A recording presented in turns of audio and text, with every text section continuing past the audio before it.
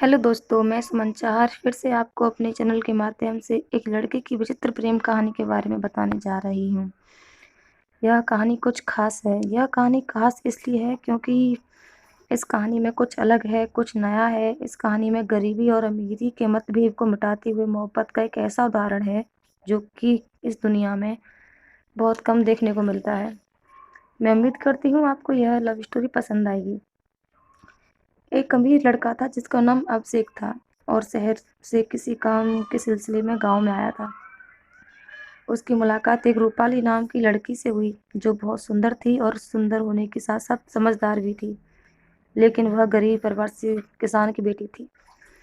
अभिषेक को रूपाली से प्यार हो गया और अभिषेक रूपाली से शादी करना चाहता था। जब अभिषेक ने रूपाली को यह बात बताई कि वो रूपाली से शादी करना चाहता है तो रूपाली ने बहुत सोचा और उसके बाद शादी करने से इनकार कर दिया क्योंकि वह गरीब परिवार से ताल्लुक़ रखती थी।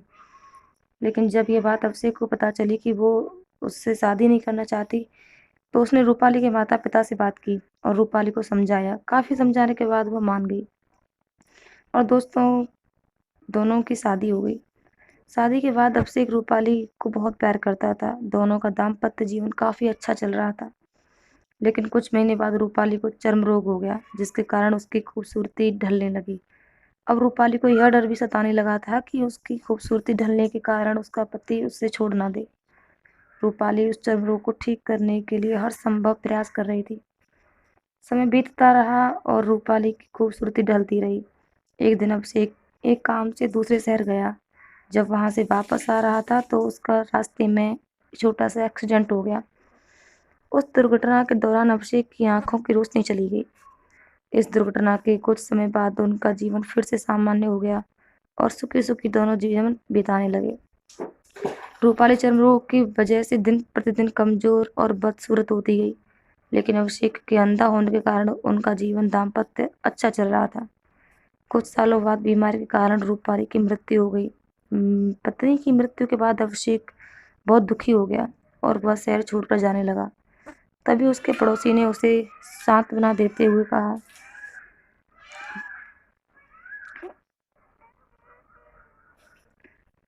अब आप तो अपनी पत्नी के बिना अकेले पड़ गए। वह आपका काफी ख्याल रखती थी। अब आपका जीवन अंधकार में कैसे व्यतीत होगा।